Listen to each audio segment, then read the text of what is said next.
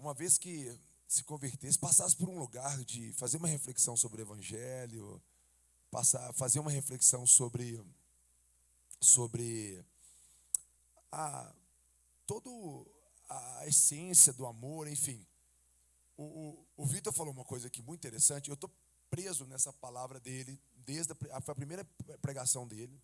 Eu fiquei preso numa coisa que o Vitor falou, que eu achei extremamente interessante. Eu já estou falando sobre essa questão de João Batista e Jesus. Eu acho que é um paralelo profético muito importante. Eu tenho, na impressão que eu tenho hoje, que a igreja se parece, ela é mais discípula de João Batista do que do próprio Jesus, né? Nós ainda estamos na narrativa, dando um tom. A pregação ainda é arrependa-se, ainda é muito na lógica do medo, né? na denúncia moral dos pecados, enfim. Pouca sensibilidade. Não sei quem sabe, um dos projetos evangelísticos mais ousados da minha vida, que custou mais caro para mim na minha história, foi quando eu tive um sonho, tipo Pedro teve uma visão com Deus, com um lençol, falando, mata e come, não chama de impuro que eu purifiquei. Uma das coisas mais agressivas da minha vida, que Deus me pediu, eu já cuidei nós cuidamos de 5.000 haitianos no meio da floresta amazônica, já fizemos trabalho com população de rua, sistema prisional, mas nada foi tão agressivo quando Deus me pediu para entrar na política. Nada foi tão agressivo que mexeu tanto comigo quando eu me candidatei a prefeito de Contagem. Meu Deus do céu, foi muito agressivo. Mas desde o princípio de todas as ações evangelísticas que eu fiz, seja com área de influência, seja com uma pessoa, Deus ele sempre me ensinou uma coisa muito importante. Por exemplo, a dependência química, né? O dependente químico, o uso abusivo de álcool e drogas, ele é sintoma de causas mais profundas. Quem trabalha com dependência química sabe que o abuso da substância não é simplesmente pelo prazer ou pelo uso. Aqueles que se permitem abusar e usar além do controle da sua vida, ele está literalmente, como diz o ditado antigo, afogando suas mágoas. Realmente, a partir daí, ele começa num comportamento extremamente compulsivo, vicioso, e assim ele vai e não volta mais. E muitas vezes a gente aborda a pessoa a partir do sintoma.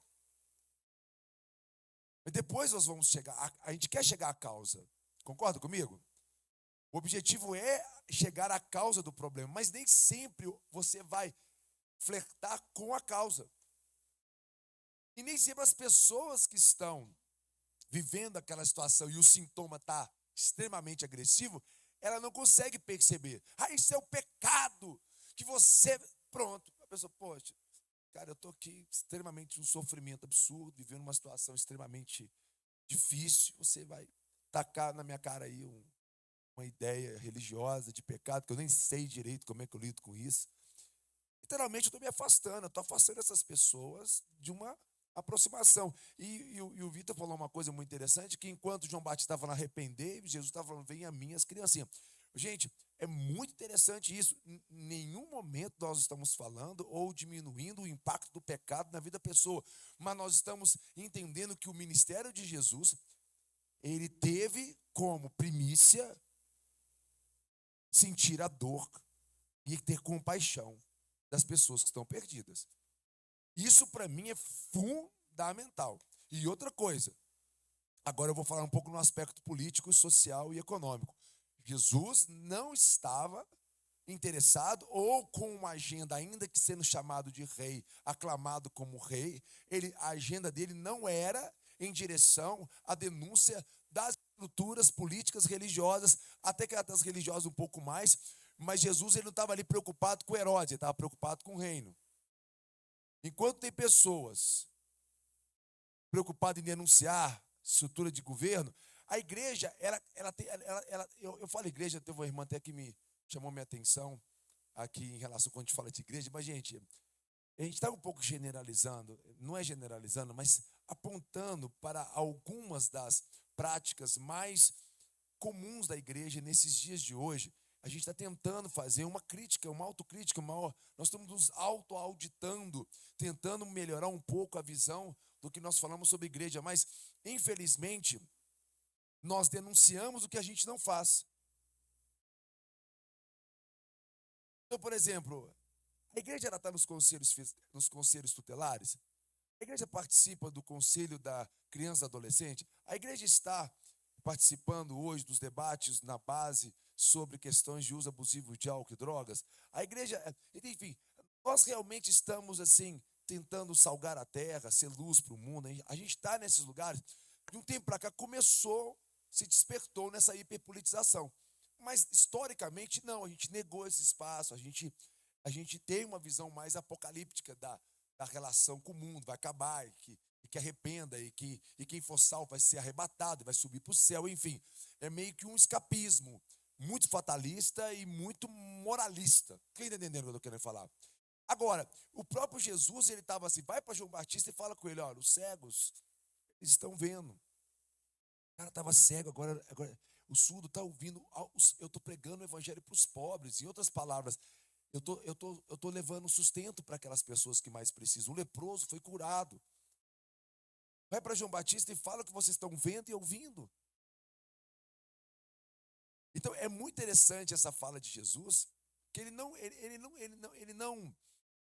assim desfaz de João Batista, mas ele reorganiza a ação de João Batista no cenário. Então aconteceu uma coisa muito interessante ontem, que eu acho que tudo que acontece na permissão de Deus leva a gente a fazer uma grande reflexão. Então a Baby Consuelo, no meio do carnaval, você vai assistir agora, você vai horrorizar. No meio do carnaval, eu vou colocar aqui no áudio aqui, eu vou mostrar o que ela fez. De frente para Ivete Sangalo, talvez uma das maiores celebridades da arte do Brasil hoje, uma autoridade na área da arte. A Ivete é uma entidade, né, na arte, né, enfim. E a Baby, com o histórico da Baby, com os Novos Baianos, a Baby Consuelo, que agora é Baby do Brasil, essa mulher que tem todo o respeito também na classe artística, que tem um histórico maravilhoso, ela me pega o microfone de frente para o folião lá da Ivete e abre a boca e fala de uma forma agressiva sobre uma agenda escatológica da volta de Jesus, colocando datas de 5 a 10 anos, que nem a Bíblia fala, nem o próprio Jesus falou que teria isso. E a Ivete dá uma resposta, a Ivete com a autoridade, ela para a Baby e coloca as coisas na rédea e ela falou assim, esse apocalipse seu aí, Baby, a gente vai macetar e começa a cantar em cima da fala da Baby Consuelo. É agressivo o que a Ivete fez? Os evangélicos, nós estamos ofendidos. Não, ofendido está as pessoas que estão no carnaval, que recebem de uma forma muito bem colocada pelo Igor aqui no versículo, sem total sabedoria e sensibilidade por aquele momento. Eu quero que vocês escutem, gente, porque se a gente não tiver um senso crítico para essas coisas, nós vamos continuar levando um Jesus de terror, de medo e da lógica do medo, e a gente não vai conseguir manifestar esse amor e realmente levar aquilo que mais impactou as nossas vidas, que é o amor para a vida dessas pessoas. E depois, eu gostaria só de ler. Você pediu que pessoas que viessem aqui e falassem o que eles estão vendo. Se você pegar, eu quero que você leia assim 3, 4 comentários, por favor. Deixa eu passar o vídeo primeiro. Eu vou passar na íntegra. Eu vou passar na íntegra aqui, pessoal. E vocês só subir. Eu vou passar na íntegra aqui para a gente poder despertar. E eu gostaria que depois aqui você pudesse dar uma opinião, a gente fizesse um pequeno fórumzinho aqui sobre o que aconteceu. Eu acho que vai ser importante recolher algumas opiniões, muito respeitosamente falando, para a gente poder, porque a palavra do Igor nessa tarde está totalmente ligada a isso. Atentos, porque nós entramos em Apocalipse. O arrebatamento tem que acontecer entre 5 e 10 anos. Procure o Senhor e não vou deixar acontecer. Porque não tem Apocalipse 7 quando a gente maceta o Apocalipse. Agora estão macetando porque Deus está mandando macetando certo.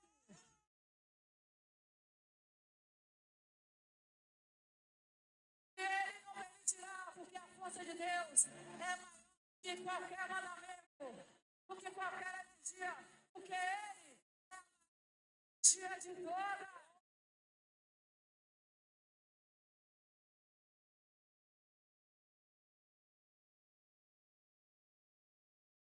Contra incrível da chuvinha.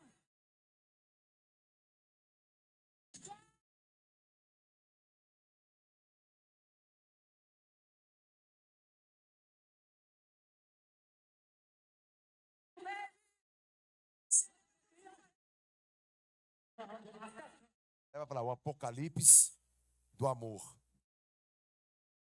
Você fala o que você quer, você escuta o que você não quer. Então, isso é uma regra. Falou o que quer, escutou o que não quer. Eu gostaria que o Igor lesse algo. Tá. Por exemplo, primeiro, espalhando medo e desespero, eis os religiosos. Isso agora são as pessoas que viram esse vídeo estão comentando sobre a atitude, a ação da Baby no carnaval. Não tem apocalipse certo. Quando não, isso aqui é outra coisa. É a mesma coisa, mas não é não está contra a religião, aí já deixa para lá. A Baby Consuela está certa, errado foi o psiquiatra que deu alta para ela. Depois vocês assistem.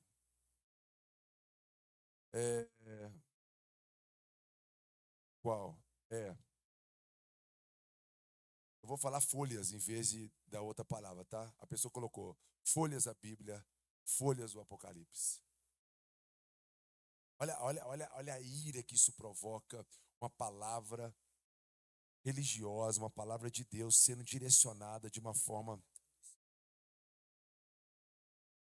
Depois das drogas, o evangelho. Depois das drogas, o evangelho é sempre assim. Era muito bom quando o crente ficava nos retiros espirituais. Então, gente, assim, numa boa, a gente tem que escutar isso aqui e entender que o nosso público-alvo, as pessoas que a gente mais quer abraçar, amar, levar a salvação, o que elas estão sentindo sobre os evangélicos. A gente precisa ter essa noção, porque a gente tem que começar, que nem conversando com a irmã aqui ontem aqui, a gente tem que, na época de Isaías, havia um profeta que falava: ô Israel, você está errado. Jeremias falou quantas vezes para Israel: vocês estão errados.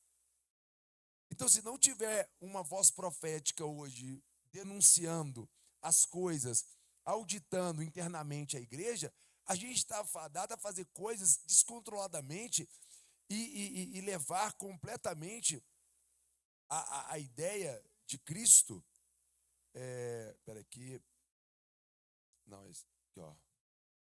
Na Bíblia que a Baby diz acreditar, diz que nem anjos sabem o dia do arrebatamento.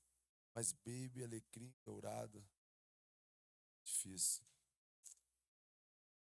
Eu queria aqui abrir para vocês aqui agora aqui. Quem gostaria de compartilhar? Nós estamos aqui com pessoas que estão no meio da arte. Ontem, nosso irmão fez uma pergunta muito inteligente. Na política, a gente já viu o impacto que foi negativo a hiperpolitização. Tá, e a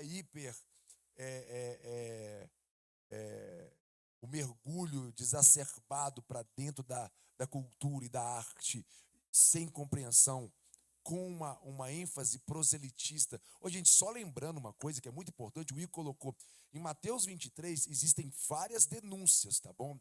Uma denúncia é sobre o modelo de liderança, que gosta de ser chamado de mestres, enfim. Essa é uma denúncia, Mateus 23. A outra denúncia que Jesus faz em relação à porta do reino. Vocês não entram e não deixam entrar. A outra denúncia que ele faz é do proselitismo. Não sei se vocês já viram isso na Bíblia, mas Jesus ele falou assim: ai de vós, escribas e fariseus hipócritas, que atravessam o mar, que fazem um esforço enorme para fazer um prosélito, para tentar converter uma pessoa à religião. E depois que você as faz, você faz essa pessoa 2 vezes mais merecedora do inferno do que antes. Em outras palavras, Jesus ele denuncia a prática proselitista, e isso é muito importante. É importante a gente entender que o nosso Senhor Jesus, ele não fazia prosélito. Isso é muito doido. Por quê? Mas qual é a lógica disso, Cacá? A lógica é que ele amava.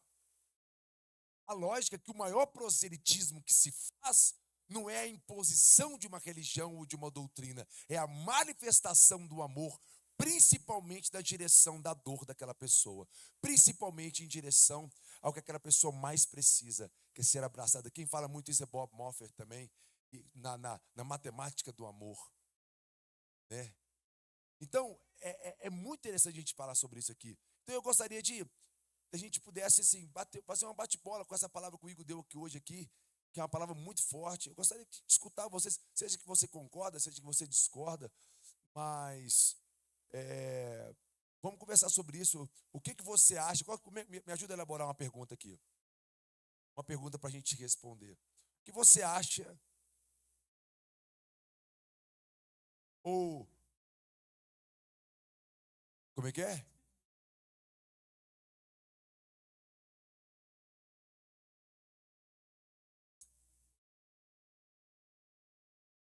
Vamos lá, eu vi o Zé Bruno falando. Mas vamos lá, vamos lá. Boa tarde. O que é pra falar, pô? Achei legal, o Zé Bruno falou que, assim, é importante a gente ter um cuidado na hora de pregar o evangelho, né? Talvez na sede de, eu tenho que falar aqui, vou falar. Jesus tá voltando, 5, 10 anos, aí viajou, né? Mas Jesus tá voltando e tal, e assim, ela não teve o cuidado de pensar em como essa mensagem ia chegar na pessoa. E isso é um descuido muito sério se a gente está pregando o evangelho. A gente tem que pensar nisso, né? A gente tem que pensar como que essa pessoa está me ouvindo. Aí você chega no carnaval falando de apocalipse, tipo, mano, a pessoa tá... Beleza, se você quer pregar o evangelho, prega o evangelho e tal, mas pensa como que isso vai chegar. A pessoa não é da igreja, ela não sabe o que é apocalipse necessariamente. Apocalipse para ela é o cara do X-Men, é o fim do mundo. Exatamente. Então, assim, a pessoa fica assim, caramba, Apocalipse, não, nós vamos macetar mesmo, não vamos deixar não. Se Apocalipse vier aqui, nós vamos acabar com ele. Então, é. A Ivete recebeu isso como uma coisa, tipo assim, tá vindo uma coisa muito ruim. Olha isso. Isso denuncia até a visão dos crentes sobre o Apocalipse, né? Sobre o Exu, né? Sobre, tipo assim... Sai daqui, isso aqui está repreendido, esse Apocalipse. Isso, em nome exato. de Jesus. Porque a visão da igreja também é um pouco assim, né? Ao invés de olhar para a vinda de Cristo com alegria, né? Ela olha para a vinda de Cristo como terror, né? É o filme de terror, né? Tipo assim. Então, até dentro da igreja, a pregação, muitas vezes né? Jesus vai voltar, hein? Não é? Gente, Jesus vai voltar. É uma ameaça. Então, isso mostra como que, quando ela fala desse tom, né? Ela está ensinando também como as pessoas receberem, né? Então, a Ivete fala, poxa, isso eu não quero, não, esse apocalipse aí. Quando ela deveria falar, gente, imagina isso aqui que a gente está vendo, toda essa alegria. Um dia vai ser uma alegria muito maior, uma alegria perfeita. Na fala da Baby, né? Fala da Baby, Não, total. Quem entendeu o que Isso é um falou agora? apocalipse. Não, imagina se a Baby virasse, gente, vocês estão muito felizes, mas haverá um dia Nossa, isso que essa alegria será muito maior. Eu quero te falar que eu vivo essa alegria hoje. Estou aqui com vocês, curtindo, tá super legal. Ivete, você é maravilhosa. Parai, poruru, poruru. Mas olha aqui, um dia essa alegria vai ser permanente. E eu quero te falar que ela só vem com Jesus. Deus abençoe vocês. Um beijo, foi uma alegria. Tá aqui, pum! Ivete convertia na hora. Não, fala. E Mark Barnes.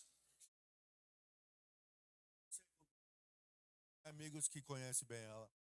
E eu vou te falar assim, esse cenário de Salvador, Carnaval, é o cenário assim, sombrio. E ela tá lá no cenário sombrio, tentando brilhar para Jesus. Entendeu? E tem anos que ela ocupa este espaço, tentando ser uma luz de Deus no meio daquele cenário. E eu sei que é sombrio, eu sei que é pesado o que ela tem tentado fazer. E parece que ela deu bola fora. Entendeu? Tudo bem. Quem não deu bola fora? Eu já dei bola fora. Entendeu? Então, por mim, uma lição de Deus que está sendo desenrolada por todos os envolvidos, incluindo ela. Então, não, assim, não levo muita sensação, porque eu tenho uma compaixão e um amor muito grande por ela. E esse cenário não é assim ordinário, assim fácil. Pode ser que ela sofreu assim um pouco de desequilíbrio no momento. E é possível que ela foi afetada por alguma coisa e deu a bola fora, mas eu acho que nem isso na economia de Deus a gente perde, ué. Eu já penso, só respondendo o Mark aqui, eu já penso que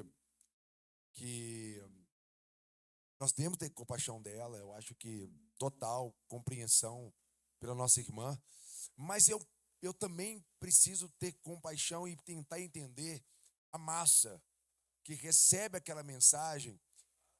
E outra coisa, com informações bíblicas não verídicas, Mark.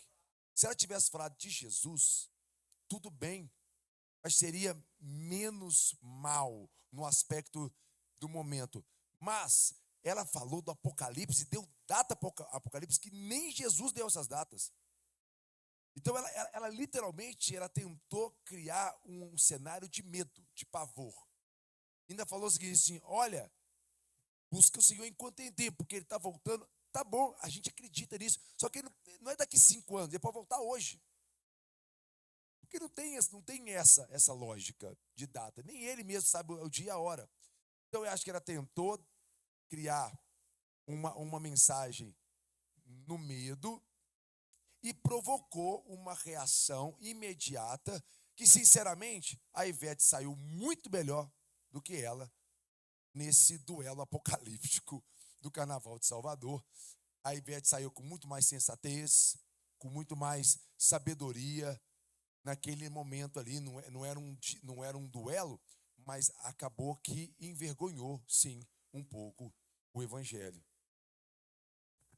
Foi uma bola fora, concordo com o que o irmão falou, mas eu acho legal também que a Baby, mesmo depois da conversão e tudo, né? Quem é fã dela, desde lá dos Novos Baianos, gosta do trabalho dela, tipo assim, até os próprios fãs entenderam, tipo, ela converteu e ela tá nessa camada mais religiosa, então assim, vamos aceitar do mesmo jeito. Tanto que ela puxa um trio na sexta-feira dessa semana do Carnaval, né? A Baby puxou um trio, ela participa da programação do Carnaval. Só que eu acho que é isso, né? Quando a gente conversa sobre essas coisas, a gente faz essa auto-auditoria dentro da igreja, dentro de nós, para entender o que pode ser aprimorado, né? Da mesma forma como a gente está aqui buscando, né, melhorar as nossas formas de comunicar o evangelho, de transparecer isso, ela também pode fazer isso, né? E que Deus venha prover conversas como essas no ambiente que ela está, no ambiente que vários outros artistas cristãos estão. Eu gosto muito de pensar isso porque eu tenho me inserido no samba, né? E o samba é muito demonizado. Primeiro, porque é feito por pessoas pretas, né? E segundo, porque tem aquela camada das religiões de matriz africana que nós fomos ensinados desde pequenos a demonizar aquilo.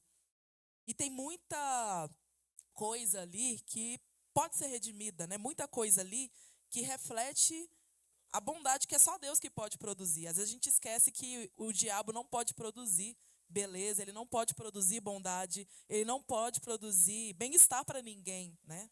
Então, assim, quando a gente aponta para essas coisas num contexto mal, onde o mundo tá, né? A gente está mostrando para aquelas pessoas que esse pouco de bem-estar que elas conseguem ver ali vem de um lugar. Tem uma fonte que é Deus, né? Então, assim, eu acho que é legal a gente ver esses exemplos para entender quando a gente volta, quando a gente está no nosso dia a dia, quando eu estou fazendo uma roda de samba, quando, sei lá, eu sou convidada para estar num lugar que tem um rito ali que não é o cristão, o que eu posso fazer ao olhar onde tem aquela beleza ali e falar, olha, a fonte disso ela é única.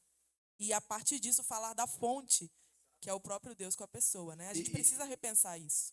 Segura um pouquinho, só vou te falar fazer um comentário. Por exemplo, gente, eu sou evangelista, gente. Então, não me olhe como um pastor de igreja local, conservador, tentando proteger ovelhas do lobo mau que está lá fora. Eu sou evangelista, eu estou a fim de salgar o mundo e de tocar os perdidos. Minha vida foi essa, em presídios, nas ruas, enfim. E eu fico assim, eu sou muito apaixonado eu sou um pouco antropológico, assim, da minha forma de... Porque o ser humano é muito belo, tudo que o ser humano produz é muito belo, e a criatividade através do ser humano, principalmente que vem de Deus, é muito linda. E ontem, o Rodolfo colocou muito bem aqui, sobre esse passivo histórico que nós temos hoje em relação à escravidão, a abolição da escravidão, o tempo de escravidão que o Brasil teve, que foi a penúltima nação do mundo a alcançar a abolição da escravatura. E eu estava em Salvador, agora ano passado, fui lá dar aula na nossa escola lá, que é o Siga-me, e no intervalo lá das aulas, eu fui no Pelourinho e estava tendo, eles construíram agora, chamado o Museu da Música. E eu fiz todo o tour no museu. Gente, sinceramente, você foi? Assim, é sensacional, é sensacional. Por quê? Tem uma sala que você entra, que ela é toda de vidro, você tem cenas acontecendo simultaneamente em vários lugares, e uma voz falando a narrativa. E essa sala me impactou demais, que era com as mulheres negras, né? No início, no começo da abolição aqui no Brasil. E o que eles estavam mostrando? Gente, se um homem é negro, escravo, ele era completamente assim, desumanizado, colocado para fora da toda a agenda social, econômica e política da nossa nação, quanto mais a mulher.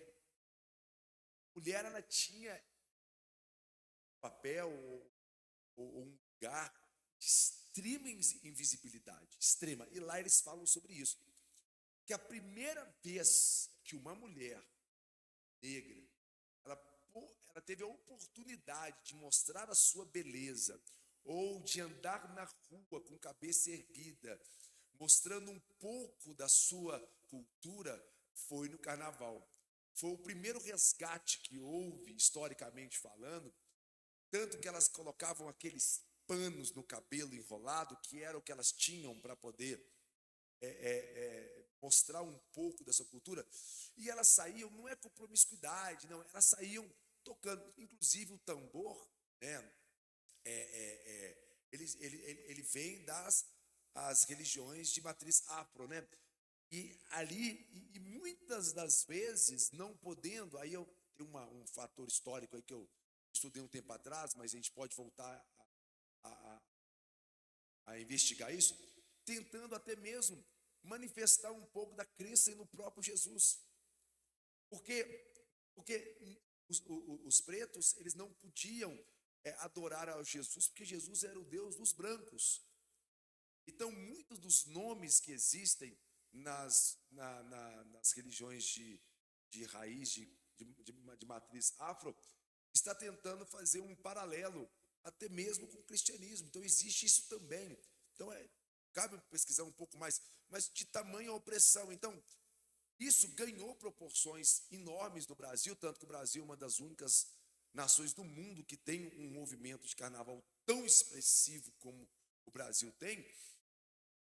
E hoje virou um momento da nossa nação de loucura total, né? Mas isso é expressão também de algo que está reprimido.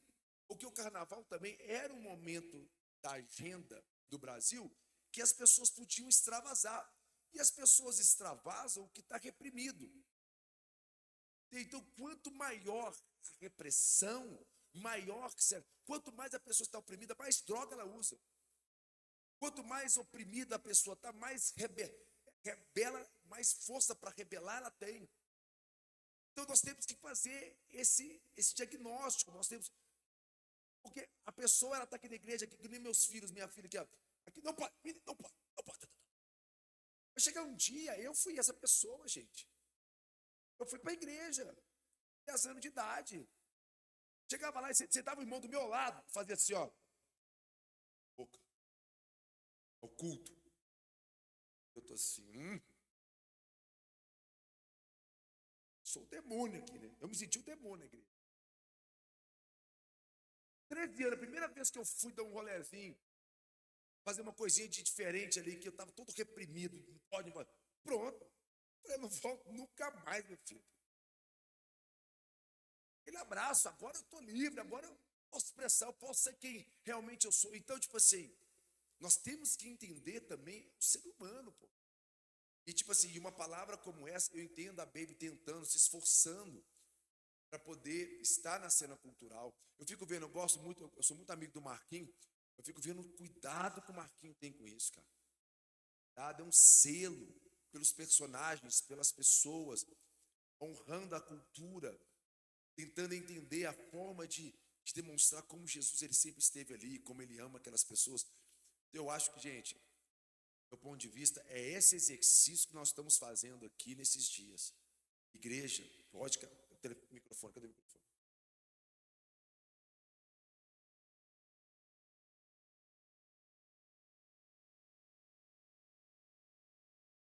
Pode terminar o que você estava falando. Pode? É porque eu tenho vários comentários, assim. Tá? Eu gosto muito de analisar essa questão de como a religião ela lida com a cultura, né? Como elas trabalham juntas.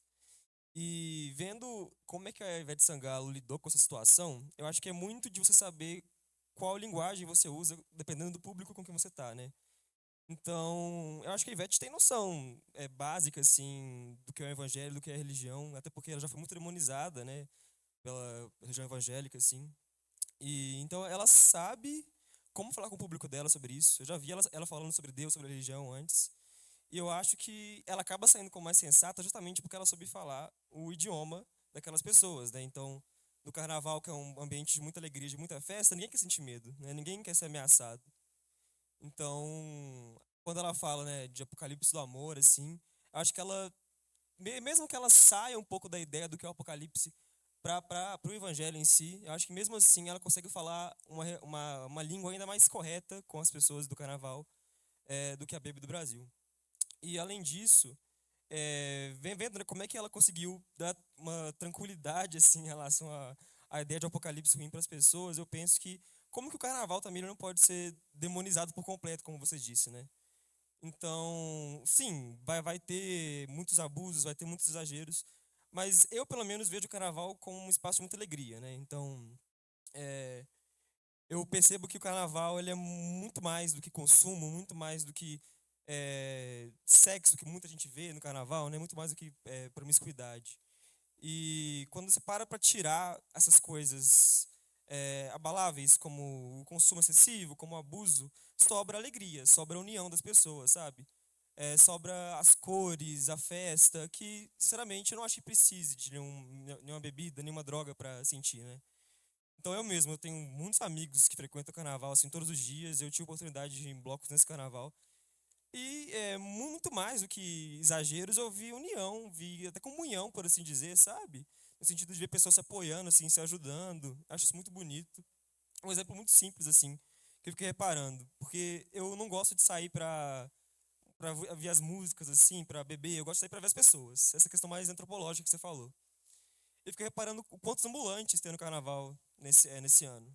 É muita gente vendendo de tudo, né? Água, refrigerante, cerveja e tal.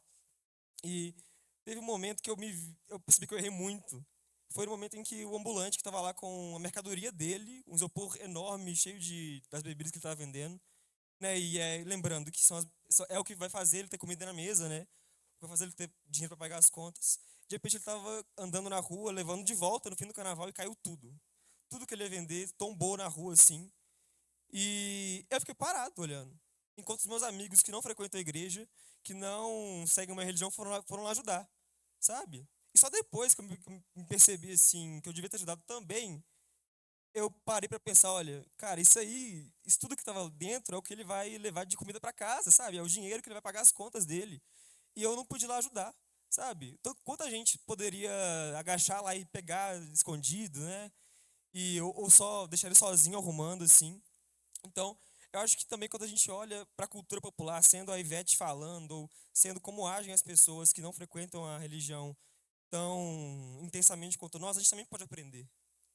A gente também pode ver alguma lição prática de compaixão, de comunhão nessas pessoas também, sabe? Então, demonizar qualquer coisa que não esteja 100% ligada para a religião, eu não acho que é o caminho certo, né? É isso. Por favor, pode falar.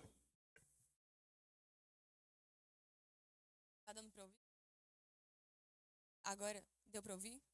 Ok. Eu acho que quando a gente fala sobre falar com pessoas que não conhecem a Deus, a gente tá falando basicamente. Tá saindo? Agora sim. A gente tá falando de fazer discípulos. E a gente tem que lembrar que quando Jesus fala sobre fazer discípulos, ele dá duas instruções. A primeira é batizar em nome do Pai, do Filho e do Espírito Santo, que não necessariamente significa que você vai batizar, mas que você vai chamar para fazer parte do corpo de Cristo. E aí cada igreja vai realizar isso de uma forma diferente. E a segunda coisa é ensinar tudo que ele ensinou para os discípulos dele. E o ensino vem de duas formas, pela palavra e pelo exemplo. E você pode só falar ou você pode só fazer, só que o jeito mais efetivo de ensinar alguém a fazer algo é falando e dando o exemplo para a pessoa. E eu acho que quando a gente fala do falar, tem uma coisa que a gente tem que tomar cuidado, que é justamente esse exemplo de Jesus e de João Batista. Os dois têm propósitos diferentes no plano de Deus, mas os dois são igualmente importantes. João Batista, ele vem antes de Cristo, ele vem preparar as pessoas para receber o Cordeiro. Ele chama para o arrependimento, ele chama de volta para a santidade, porque aquele que é santo vai se fazer carne entre as pessoas. E elas têm que se preparar para isso também. Então, eu acho que às vezes a gente tem que tomar cuidado para não negligenciar uma parte da Bíblia, porque ela é mais difícil de ouvir. E aí, nisso, eu acho que cabe o discernimento do Espírito Santo na pessoalidade de pregar o Evangelho. Porque vai ter momentos que você vai ter que falar de pecado de Apocalipse. E vai ter momentos que é para falar de amor, não é para falar disso. E isso quem vai te dar a iluminação é o Espírito Santo. Porque tem momentos que a pessoa precisa ouvir que ela tem que se arrepender. Às vezes ela não pensou nisso ainda. Às vezes ela está sofrendo todas as consequências negativas de viver em pecado. Porque a gente sabe que a alegria de verdade só existe com Deus. E que o melhor lugar do mundo é no centro da vontade dele. E a gente tem que amar tantas pessoas que a gente se entristece quando vê elas fora do centro da vontade de Deus. E aí a gente vai falar com elas, olha, volta para o centro da vontade de Deus, aqui é muito melhor. E aí vai ter várias formas de fazer isso. E nisso eu acho que cabe entender que toda a palavra é útil para ensino, não só a parte que é fácil de ouvir. Porque às vezes é na mensagem mais dura e mais difícil que uma pessoa se converte. Só que cabe falar isso no carnaval, no meio de uma festa? Não, ela foi muito infeliz no momento. Não significa que tu não pode colocar data e falar coisas que não estão na Bíblia. A Bíblia fala aí daquele que acrescenta uma vírgula às escrituras, então é para falar o que está na palavra. Mas nem sempre a gente vai poder falar só o que é fácil de ouvir ou o que é agradável. E aí nisso eu acho que cabe a pessoa entender que para ensinar sobre Deus, ela tem que estar com Deus. Você não pode falar sobre uma pessoa que você não conhece. Para falar de Cristo, você já tem que andar com Cristo. E se você recebe o Espírito Santo, você recebe o discernimento do que é para falar em cada momento. Então, por exemplo, o carnaval é um momento de alegria. Não é um momento que cabe chegar lá e apontar dedo para todo mundo. Tem um livro, inclusive está aqui, que chama Manso e Humilde. Ele é muito bonito, ele fala sobre o coração de Jesus. Ele fala que a postura mais normal para Jesus não é um dedo apontado, mas braços abertos para te abraçar. E a gente tem que agir dessa forma. Mas às vezes isso também significa exortar em amor. Então, eu acho que a Baby Consuelo foi muito infeliz no momento, na forma e na hora que ela falou. Mas eu acho que isso é uma coisa que a gente vai aprendendo à medida que a gente vai caminhando. De em que momento falar, como falar e quais palavras usar. Mas às vezes também não adianta querer falar só o que vai ser fácil de ouvir. Porque a palavra não é para oprimir, mas é para incomodar. Porque se não gera incômodo, gera mudança. Isso é um discernimento difícil de se ter. E na minha. Nossa, esqueci seu nome, desculpa. Gabriela, para ele ali. Na minha palavra aqui, você lembra que eu falei qual o Espírito vai nos dar o discernimento e o amor vai nos dar o discernimento, né? Só que tem uma interpretação que a gente tem das Escrituras aqui na nossa igreja, que antes da lei vem a Páscoa. Antes de Jesus trazer o Sermão da Montanha e falar, né, a gente fala muito isso aqui, a gente não vai falar, não vai poupar ninguém de ouvir o que precisa. E ficar falando que a pessoa quer ouvir. Isso, o amor vai produzir nisso. O amor vai levar a pessoa a falar. Agora, existe uma ordem para isso acontecer. Entendeu? Então, depois que o povo no Egito houveram 10 pragas de manifestação do amor de Deus, eles viram a manifestação de Deus, aí depois Deus trouxe a lei por meio de Moisés, falando as palavras difíceis, né? O Tim Keller fala uma frase que é: antes do bom conselho vem a boa notícia. Então, de forma nenhuma, por mais seja importante, essa palavra de João Batista tem que vir antes de ir, né, nessa interpretação. E Jesus, ele chegava, fez os sinais, fez as maravilhas, amou. Pedro, larga essa. Pedro, você não vai me negar. Ele não falou isso de cara. Pedro, você vai ter que pegar a sua cruz e me seguir. É difícil de ouvir? Tanto que Pedro falou que palavra dura é essa? Só que Jesus não falou isso de cara. Então, é o que você falou, os braços abertos, e aí depois a pessoa te dando o coração, te dando a liberdade, você, igual você falou, debaixo do Espírito, você fala. Mas é bom entender que tem essa ordem aí. E assim, eu acho que é uma coisa também que a gente precisa organizar. Se nós vamos ser fiéis à narrativa bíblica, isso não tem como a gente fazer ajustes, no meu ponto de vista. Eu acho que uma das coisas mais felizes da minha vida, eu não tentei fazer um ajuste religioso às escrituras bíblicas. Então, Jesus, ele não fala em momento algum você ser discípulo de João Batista, em momento nenhum. Não existe essa fala de Jesus. Pelo contrário, existe a fala de João Batista, que é necessário que agora ele cresça e que eu diminua. Em todas as palavras. Então, a narrativa do discipulado, do arrependa-se em primeiro, ela está fora de cogitação. Isso foi o que João Batista fez e não foi aquilo que a Bíblia fomentou que deveria continuar. Funcionou para aquele momento, interrompeu, e ali, a partir de um momento, o próprio João Batista falou assim, ó, agora, ele falou para os discípulos dele, param de me seguir, segue esse cara, porque o modelo dele de trabalhar tem que crescer e o meu tem que diminuir. Entendeu? Então, o modelo de discipulado é eu sou discípulo de Jesus, não de João Batista. Entendeu? Só que, infelizmente, a igreja ela tem absorvido mais a narrativa de João Batista do que aqui de Jesus. Eu acho que a gente pode pecar em zelar muito pelo evangelho de Jesus, mas nós precisamos ter uma atenção muito grande se nós estamos levando a mensagem de João Batista. Porque ele veio para...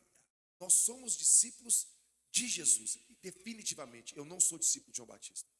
João Batista morreu com a cabeça degolada numa cadeia porque não fez o que Deus mandou ele fazer. E o próprio Jesus falou isso. E você encontrou em mim um motivo de tropeço. Ai daquele que encontra em mim um motivo de tropeço. Você olhou para mim, João Batista, e eu não servi para você. E você tropeçou em mim. Ai daquele que tropeçar em mim. O meu modelo foi ruim para você. Porque eu não fiz o que você achou que eu deveria fazer.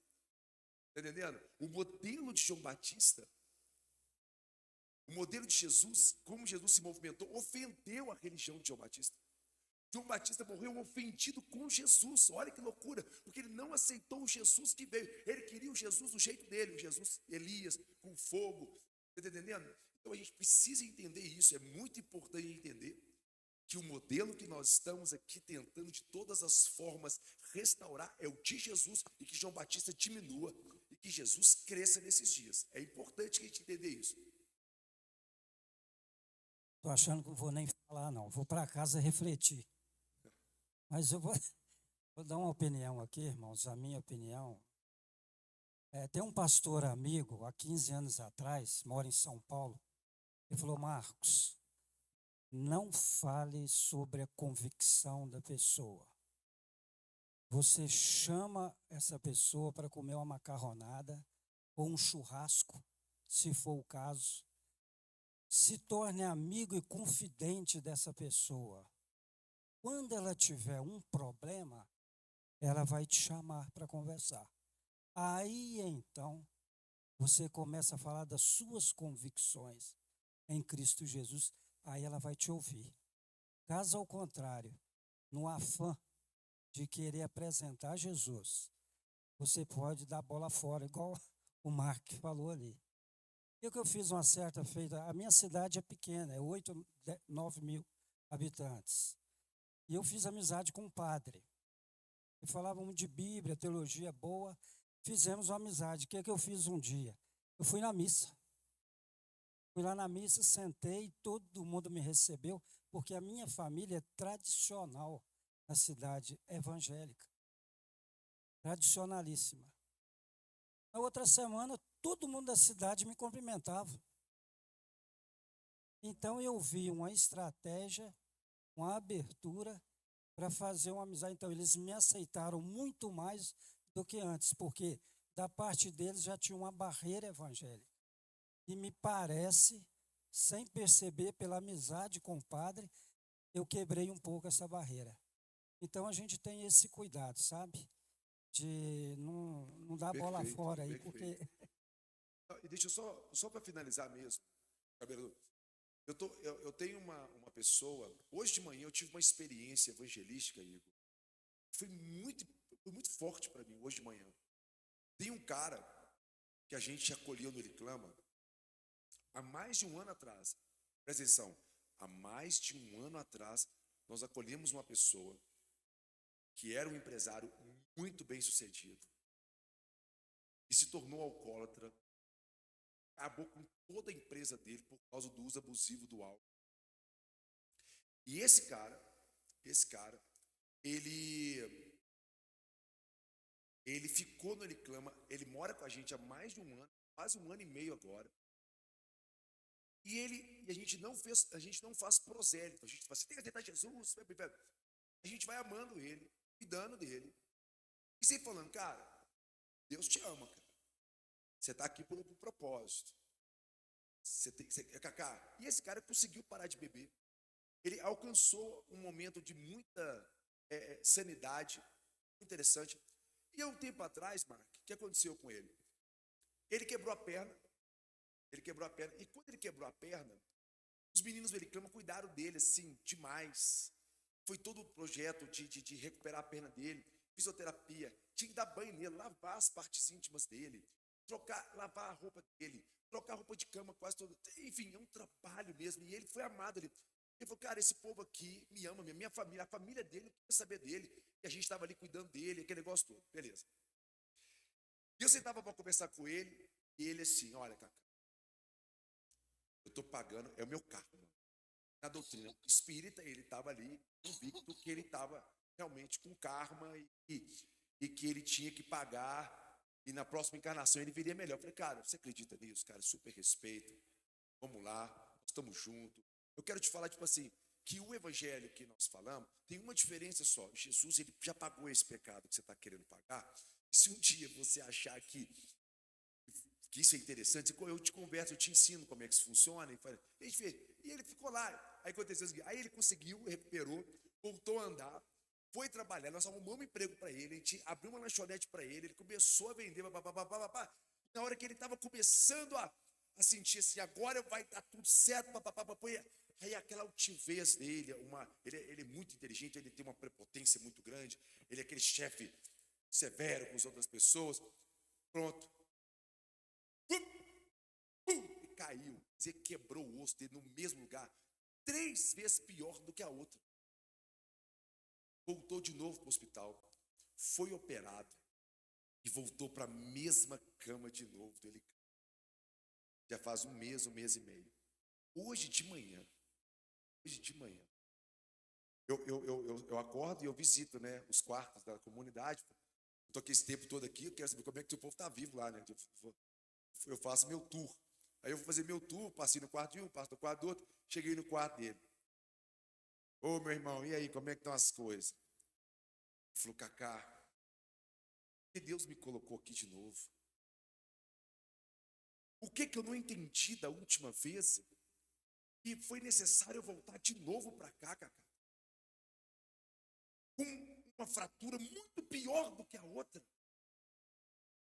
Ele perguntou pela primeira vez para mim, você acha que foi Deus? Você acha que Deus quer me ensinar alguma coisa? Aí sabe o que ele falou? Eu estou assistindo The Chosen. E ele fala, eu estou assistindo The Chosen mas quando Jesus falou que não ia curar Tiaguinho, ele começou a chorar.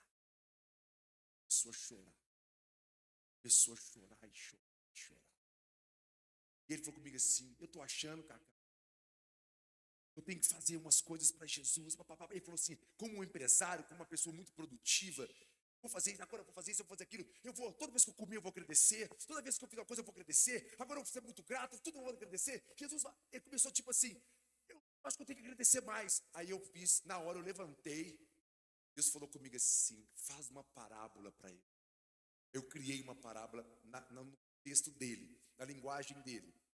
Eu falei assim, você sempre foi empresário, não foi? Ele falou assim, você já teve milhares de funcionários? Ele falou assim, deixa eu te falar uma coisa. Você tem 2 funcionários. Um é um funcionário muito bom. Ele faz tudo o que você quer. Tudo. Antes de você pensar, ele está fazendo.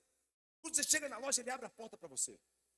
Quando você vai, ele busca um copo d'água para você. Mas esse cara, esse funcionário, ele é muito bom. Mas o coração dele, ele está interessado no que você pode dar para ele. Ele está interessado no como você pode favorecer, aumentar o salário dele. Inclusive, no futuro, ele pensa ser você. A motivação dele é de conquistar e ser grande. E você tem um outro funcionário que ele não é nem tão bom assim, não. Na verdade, ele era um amigo seu antigo. Você ficou muito rico, você até esqueceu da amizade. Mas ele está ali porque ele gosta de você. Mas ele não fica te paparicando, ele não fica. Mas ele fica ali porque ele gosta de você. Ele nem faz muito bem as coisas que você pediu para ele fazer. Mas ele sonha em resgatar o coração do amigo dele que ele perdeu lá atrás. Qual desses 2 você acha que Jesus ele está procurando? Qual desses 2 você acha que realmente você gostaria de fato de ter do seu lado agora? O funcionário bom que fazia tudo por interesse, ou o amigo que estava ali do seu lado interessado em você? Eu falei, cara, você tem que entender uma coisa. Jesus não quer que você faça nada para ele. Ele quer que você esteja nele. Ele quer ser seu amigo. Antes de qualquer coisa, ele quer ser seu amigo e ele quer que você faça com ele, não para ele. E aí, pela primeira vez em 1 ano e meio, ele começou a chorar muito. Ele falou assim, ora comigo. A mão no peito dele. Fiz uma oração por ele. Olha, gente, se essa semente foi plantada há 1 ano e meio, 2 anos atrás, hoje eu tive a primeira oportunidade de colher. E marque, se durante esse 1 ano e meio, pela inteligência desse homem, eu tivesse imposto, oprimido, ou dado uma bola fora com ele, dependendo da bola fora, eu tenho todo o direito de dar. Ele tinha ido embora, hoje seria meu inimigo, talvez eu não conhecesse ele, Jesus, por resto da vida dele. Então eu acho grave os bola fora. Eu acho muito grave, eu acho que a gente precisa pensar sobre isso. A nossa capacidade de levar o amor de Deus até que essa pessoa conheça Jesus, de fato, entendeu? É muito cirúrgico, gente. Então eu acho que a gente precisa pensar sobre isso. Cabelo azul, a última fala do cabelo azul, gente, para a gente poder finalizar, a gente poder ir.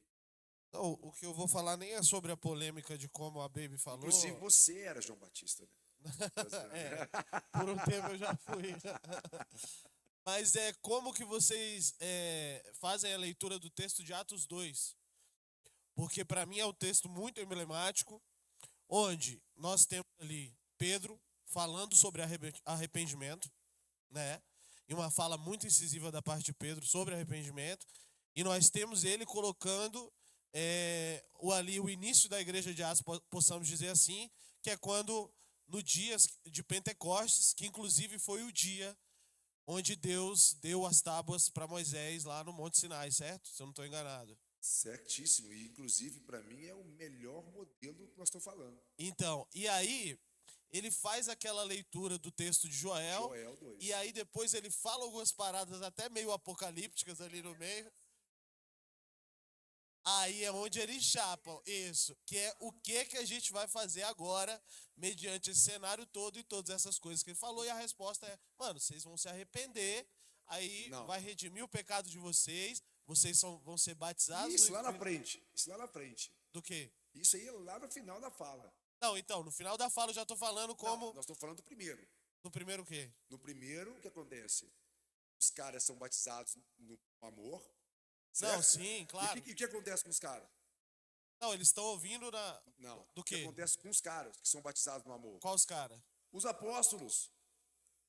Eles falam na língua do quê? Do Do povo. povo. E o que o povo fala sobre eles? Do quê? No cenário que eles estão chapados ou na hora que ele... O que ele falou aqui, ó. Que ele tá falando na língua materna Ele falou assim, e como eu que sou... pode Aham. esses homens serem judeus falando das grandezas de Deus na nossa língua? Aham. Na nossa língua. Eles não falaram, ele não falou arrependes da língua dele. Eles entraram na língua deles. Eles falaram das grandezas de Deus. Aí eles percebendo, na linguagem deles, o amor de Deus, eles falaram, cara, eu quero isso. Se você quer isso, agora é ele. Arrependa-se. Entendi. Entendeu? Você tem que Porque entender. essa galera era que estava tem no que ministério de entender, Jesus se você ouvindo chegar- 3 anos. Se você chegar na língua, na sua língua, se eu falar para minha mulher, eu te amo na minha língua, ela não vai entender. Eu tenho que falar, eu te amo na língua dela. Amar não é você convencer pessoas a falar a sua língua, é você se quebrar para falar a língua do outro. Entendeu isso? Depois, é pós, claro, pós. Lógico, mas depois da prática da... Olha, eu falo uma coisa no Ele Clama, que é muito forte. Tinha uma época no Ele Clama, gente, tinha alguma equipe lá, acontecia uma coisa muito interessante. Tinha uma pessoa que trabalhava com a gente, chegava uma pessoa, eu tenho pavor disso, pavor. A pessoa falava assim, e tinha um negócio de profético, né? Ativação profética, pá. Aí todo mundo se sentia profeta. Tinha uma época que foi um movimento de profeta. Aí todo mundo assim gostava de profetizar, pá. Aí chegava uma pessoa falava assim, ó, e esse cara aí, tô achando que esse cara é assim, assim assado.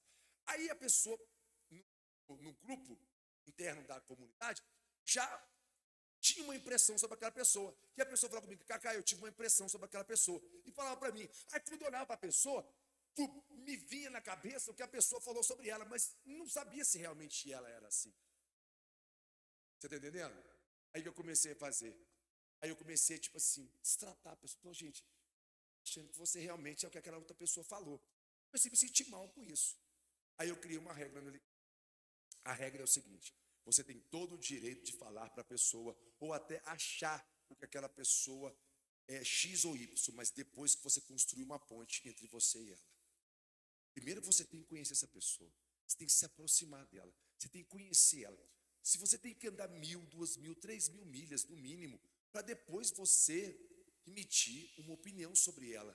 Porque essa opinião profética, distante, do discernimento, do dom, ela é preconceituosa e ela pode afastar essa pessoa da gente. E teve uma época que era muito assim, ativação de discernimento. Eu falei assim, se discernimento é isso, eu estou pedindo a Deus, como evangelista, tira de mim o discernimento. Para que me dê capacidade, primeiro, de aproximar. Eu não quero discernir ninguém, eu quero me conectar com a pessoa. Depois, você pode me dar a habilidade de discerni-la. Mas primeiro, conexão, ponte. Entendeu, pessoal? Só uma coisa. Isso. A conexão para mim, pouquíssimas vezes é com as palavras. É muito legal que depois que rolou isso do arrependimento, que eles pregaram, muitos não quiseram ouvir. Que é o que ela trouxe, a Gabriela trouxe. Muitos a palavra foi dura, eu não quero abrir. O jovem rico foi assim também, não quis e não quiseram. O que a gente está falando aqui é quando provocam, porque a igreja evangélica usa isso e fala assim, uai, mas falou que ia odiar a gente. Né? Tem um líder muito conhecido, um jovem líder, que sempre fala, não, mas o mundo vai odiar, fala a verdade, o mundo vai odiar. Só que o mundo tem que odiar pelo motivo certo. Depois de eu ter manifestado, depois de eu ter falado, eu arrependi, você não quer, igual um amigo meu, mano, eu te falo, não quer saber de Jesus, tudo bem. Agora, se ele odiar Deus por causa de uma atitude de Jacó, por causa de algo precoce, de algo, aí é o que Jesus fala, você está fechando o reino dos céus, Paulo tá, vocês estão blasfemando. Então, assim, a gente tem que ser odiado, no sentido, pelo motivo correto, pode ter, mas enfim, isso é um assunto complexo. Pessoal, foi bom demais. Aí vão descansar que 7h30, gente, tá chegando, tá caminhando para o fim, vai ser a última sessão com o Daniel Lance e o Pedro Vassalo aqui. Pessoal, por favor, quem puder amanhã está nas ruas de BH. Quem vai levantar a mão? Só para gente saber aqui, ó. Ó, nós estamos querendo ter umas 30, 40 pessoas amanhã na rua. Vamos lá, vamos mobilizar a galera aí, falou? Eu vou falar, pode ser o início da próxima reunião, que tiver mais pessoas, você me cobra assim, você faz essa pergunta? Valeu. Até 7h30.